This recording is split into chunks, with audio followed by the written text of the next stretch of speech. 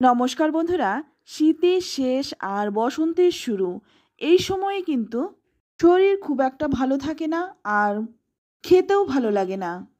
তখন কিন্তু কাঁচা কুমড়ো দিয়ে এই রান্নাটি করতে পারেন। বিনা মশলায় দারুণ টেস্টি এই রান্নাটি ভাত কিংবা রুটি সব কিছুর সঙ্গেই খেতে পারেন। চলুন তাহলে রান্নাটি দেখে নেওয়া যাক। প্রথমেই এখানে আমি একটা কাঁচা কুমড়োর অর্ধেকটা ছোট ছোট টুকরো করে কেটে নিয়েছি। সঙ্গে নিয়েছি শিম, আলু আর নিয়েছি মূলো। তবে আমি কিন্তু আমার পছন্দ মতো সবজি নিয়েছি। আপনারা কিন্তু শুধুমাত্র কাঁচা কুমড়োটা দিয়েও রান্নাটা করতে পারেন। এবার রান্নাটা করার জন্য প্রথমেই আমি কড়াই গরম করে নিয়ে এখানে নিয়ে নিচ্ছি 1 চামচ সর্ষের তেল।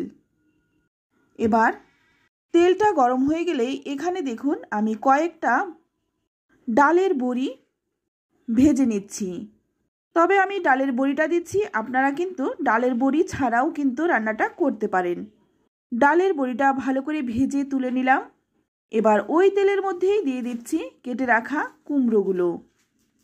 তারপর দিয়ে দিচ্ছি আলু আর মূলোটা। আলু, মূলো, কুমড়ো দিয়ে খুব ভালো করে একটু নেড়েচেড়ে ভাজা ভাজা করে নেব।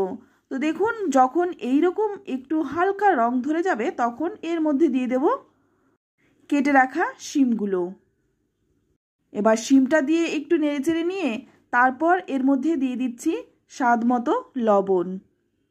রান্নাটায় কিন্তু খুব একটা তেল মশলা লাগে না, খুব হেলদি একটি রান্না। যারা ডায়েট করছেন তারাও কিন্তু রান্নাটা খেতে পারেন। একটু নেড়েচেড়ে নিয়ে গ্যাসের আঁচটা লো টু মিডিয়ামে রেখে 5 মিনিট ঢেকে রাখবো। 5 মিনিট পর ঢাকনাটা খুলে নিলাম। এবার একটু নেড়েচেড়ে দিচ্ছি। আর এখন কিন্তু এর মধ্যে দিয়ে দিচ্ছি নর্মাল টেম্পারেচার থাকা জল। চাইলে আপনারা গরম জলটাও দিতে পারেন, তবে আমি এখানে ঠান্ডা জলটাই দিলাম, কারণ এখনও কিন্তু সবজিগুলো পুরোপুরি সেদ্ধ হয়নি, তাই জল গরম হতে হতে সবজিগুলোও সেদ্ধ হয়ে যাবে। এবার নেড়েচেড়ে মিশিয়ে নিয়ে ঢাকা দিয়ে রাখবো 5-6 মিনিট। 5-6 মিনিট পর ঢাকনাটা খুলে নিলাম। আর এখন কিন্তু সবজিগুলো ভালোভাবে সেদ্ধ হয়ে গেছে। তো দেখুন একটু দেখিয়ে দিচ্ছি, দেখুন সবজিটা কিন্তু খুব ভালোভাবে সেদ্ধ হয়ে গেছে। এবার এর মধ্যে দিয়ে দেব 5-6টা চেরা কাঁচা লঙ্কা। লঙ্কাটা কিন্তু আমি আগেও দিতে পারতাম, তবে এই সময় দিলাম কারণ কাঁচা লঙ্কার গন্ধটা কিন্তু রান্নার মধ্যে পাওয়া যাবে। লঙ্কাটা দিয়ে ভালো করে নেড়েচেড়ে মিশিয়ে নিয়ে আবারও কিন্তু কিছুক্ষণ ফুটিয়ে নেব। ফুটিয়ে নিয়েছি, এবার নামিয়ে নিলাম। এবার ওই কড়াইটায় একটু ধুয়ে নিয়ে তারপর গরম করে নিলাম। এবার এর মধ্যে দিয়ে দিচ্ছি 1 চামচ সর্ষের তেল। তেলটা গরম হয়ে গেলেই ফোড়নে দিয়ে দিচ্ছি 1/2 চামচ 5 ফোড়ন। এই রান্নাটায় কিন্তু 5 ফোড়নের গন্ধটাই বেশি ভালো লাগে। আর দিয়ে দিচ্ছি 3টে শুকনো লঙ্কা। ফোড়নটা যখন একটু ভাজা ভাজা হয়ে যাবে তখন এর মধ্যে দিয়ে দিচ্ছি 1 ইঞ্চির মতো গ্রেট করা আদা। আদাটা একটু ভেজে নেব।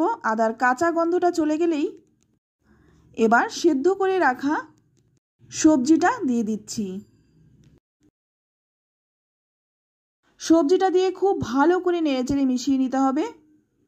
এতে করে কিন্তু ঝোলটা একটু ঘন হবে আর সবজিটাও কিন্তু গোটাই থাকবে, তবে একটু ভাঙা ভাঙা হবে। তো ভালো করে নেড়েচেড়ে মিশিয়ে নিচ্ছি। ভালো করে নেড়েচেড়ে মিশিয়ে নেওয়ার পর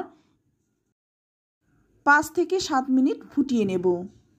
তো যেহেতু নিরামিষ রান্না তাই স্বাদটা ব্যালেন্সের জন্য এখানে দিয়ে দিলাম খুব সামান্য একটু চিনি। তবে রান্নায় যারা চিনি খেতে অপছন্দ করেন তারা কিন্তু চিনিটা স্কিপ করতে পারেন। ভালো করে নেড়েচেড়ে মিশিয়ে নিয়ে আবারও কিছুক্ষণ ফুটিয়ে নেব। তো এখন দেখুন তরকারিটা কিন্তু প্রায় হয়ে এসছে। এবার এর মধ্যে দিয়ে দিচ্ছি ভেজে রাখা ডালের বড়িগুলো। আমি এখানে বিউলির ডালের বড়িটা দিচ্ছি, আপনারা চাইলে কিন্তু মটর ডালের বড়িটাও দিতে পারেন। একটু নেড়েচেড়ে মিশিয়ে নিয়ে এবার নামানোর আগে দিয়ে দেব 1 মুঠো ধনে পাতা। ধনে পাতাটা একটু বেশি দিলাম, কারণ এই রান্নাটাতে কিন্তু কোনো রকম মশলা পড়েনি, তাই ধনে পাতার গন্ধটা কিন্তু ভীষণ ভালো লাগে। তাই ধনে পাতাটা কিন্তু স্কিপ করবেন না। তো ধনে পাতাটা দিয়ে ভালো করে নেড়েচেড়ে মিশিয়ে নিলাম। এই রান্নাটা কিন্তু একটু ঝোল ঝোল হয়, তবে আপনারা চাইলে কিন্তু আর একটু শুকনো করে নিতে পারেন। এবার নেড়েচেড়ে মিশিয়ে নিয়ে নামিয়ে নেব। তো দেখুন নামিয়ে নিলাম। দেখতে কতটা সুন্দর হয়েছে, খেতেও ভীষণই ভালো হয়। তো বন্ধুরা, আমার এই সহজ সাধারণ নিরামিষ রেসিপিটি আপনাদের কেমন লাগলো অবশ্যই কমেন্টে জানাবেন। ভালো লাগলে লাইক শেয়ার করতে একদম ভুলবেন না। আর আপনি যদি আমার চ্যানেলে নতুন হয়ে থাকেন, চ্যানেলটা সাবস্ক্রাইব করে নেওয়ার অনুরোধ রইল। আজ এই অবধি, আবারও নিয়ে আসবো অন্য কোনো নতুন রেসিপি। ততক্ষণ সকলে ভালো থাকবেন, সুস্থ থাকবেন, আর সকলকেই ধন্যবাদ।